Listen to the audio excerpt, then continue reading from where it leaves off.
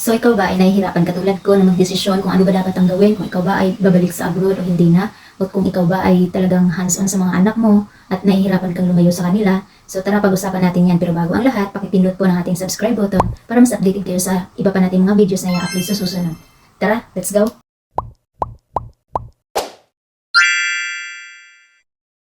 So hello guys, magandang umaga. Mga pala si Simpleng Nanay TV. So sa ngayon, ako ay dakilang tambay muna dito sa amin. Isa akong ex-OFW for 2 months nung dumating ako dito.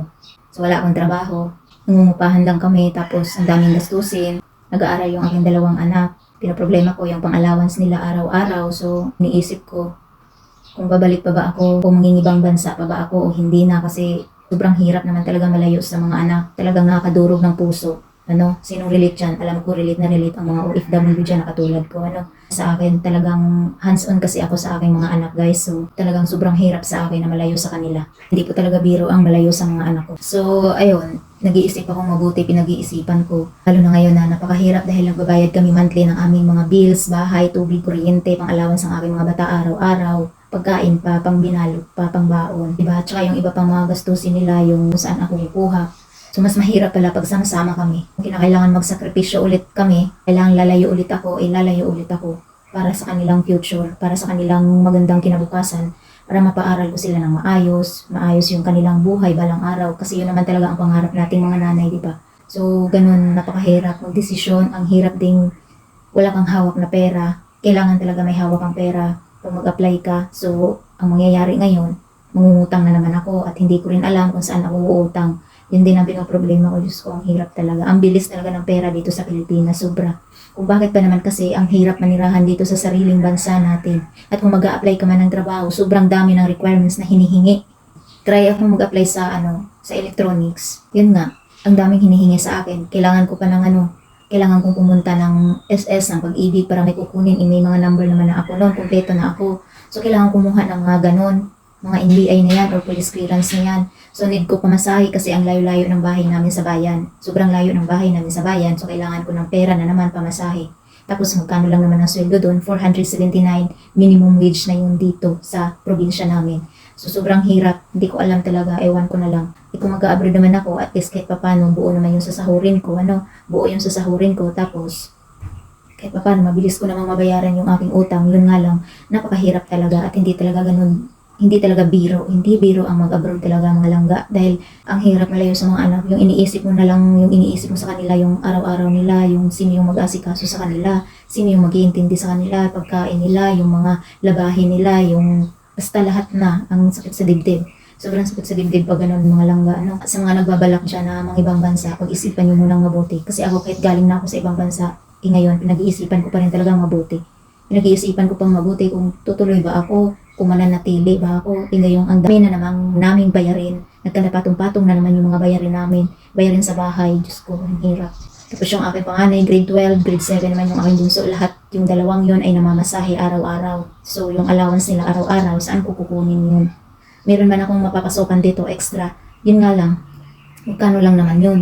Kasi hindi naman po pwede na lakarin ko yung lugar na yun kung saan ako papasok, hindi naman po pwedeng lakarin ko. Kailangan ko din ng pamasahe yun. Diba sobrang hirap, hindi ko alam saan ako lalapit. Ewan ko, mapapaiyak ka na lang eh. Yung bigla ka nang luluha or bigla ka na lang mapapaiyak talaga. Alam mo yun, ang daming iniisip. Kaya ngayon talagang naghalo yung aking emosyon kung aalis pa ba o hindi na. So, humihingi ako ng guidance kay God. Humihingi ako ng guidance kay Lord. Para saan ba talaga ako o kung saan ba talaga dapat. Nilalakasan ko na lang yung loob ko. Diba? Kailangan talaga natin ng lakas ng loob para makasurvive tayo sa mundo na to. Dahil hindi biro ang mabuhay sa mundo. Kung pwede lang manatiling bata tayo, sana nagiging bata na lang tayo habang buhay.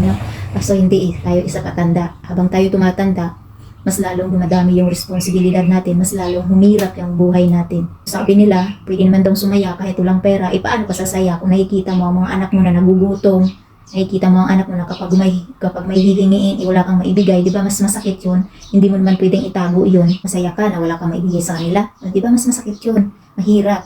Sobrang, alam mo yung sakit nun, doble-doble yung sakit nun sa atin na kapag may hinihingi sila, wala tayong maibibigay. Bilang magulang nila, kailangan natin ma-provide yung mga pangangailangan nila sa araw-araw. Oo, kailangan nila yung pag-aalaga natin bilang isang ina. Kailangan nila yung pag-care natin bilang magulang nila. Yung hands-on dapat talaga tayo sa kanila. Paano natin magagawa nga ang mga bagay na yun kung hirap naman tayo sa buhay. Kung wala naman tayo, so kailangan natin gumawa ng diskarte o ng paraan para mapabuti yung kanilang kinabukasan, para mapaayos yung kanilang buhay balang araw. Siyempre, hindi naman tayo habang buhay na nandito kasama nila. Kailangan din nating ihanda sila sa magiging future nila. Secure natin yung future nila, di ba? Kailangan yun. So, paano mangyayari yun? Kung paano natin magagawa yung magiging secure yung future nila kung nandito tayo na wala naman tayong ibang pinagkukunan. Ay kung ang aasahan lang natin ay yung sahod ng mga asawa natin na kakapiranggot lang din na mas kulang pa sa lahat ng pang-araw-araw na gastusin. So, sobrang mahal baga naman ang bilihin dito. Itigay, Diyos ko, kung hindi mo talaga kayang labanan o lakasan ng loob mo, talagang maluluka ka. Sa tunay lang. Hindi biro po talaga ang magtrabaho sa isang pamilya, isa lang yung aasahan, dapat magtulungan. Dahil hindi po talaga biro. So, para sa mga anak ko, kailangan kong gawin ang paraan na to na kahit mahirap man, kailangan natin magsakripisyo kasi alang-alang din naman ito sa mga anak ko. Sobrang hirap malayo sa kanila dahil talaga namang naranasan ko na at walang araw, walang gabi na hindi ako umiiyak talaga nung nasa Jordan pa lang ako. Walang gabi, walang araw na hindi ako umiiyak. Talagang iyak ako ng iyak. Sabi ko, gusto ko nang umuwi, gusto ko na makasama mga anak ko kahit mahirap lang kami, hindi na ako aalis. Pero nung nandito na ako, mas lalo ako nasasaktan makita sila na, alam mo yun, mama, gusto ko ng ganito, yung may hihingiin sila. Mama, gutom na ako, tapos wala akong maibigay. Di ba? Sobrang sakit nun, napakasakit nun. Although hindi naman mapili sa pagkain yung mga anak ko. Hindi naman sila yung, mama, ayoko ng gulay, ayoko ng ganyan. Kahit ano namang ihain mo dyan, mapagulay man yan, lalo't kulang lang, okay lang naman sa kanila, wala namang problema dun. Yun nga lang, hindi naman po pwede na laging wala kang maibigay. Paano yung mga kailangan nilang gastusin sa school? O diba, yung mga damit nila, syempre, kailangan nila yun. Diba? Ganun, yun yung iniisip ko palagi. So, paano yun? So, yun lamang guys, for today's video, na may share ko. Bilang isang simpleng nanay na nangangarap lamang ng simpleng buhay na ang hirap-hirap abutin para sa akin. Sobrang hirap. So, salamat sa panonood. Thanks for watching. Bye-bye.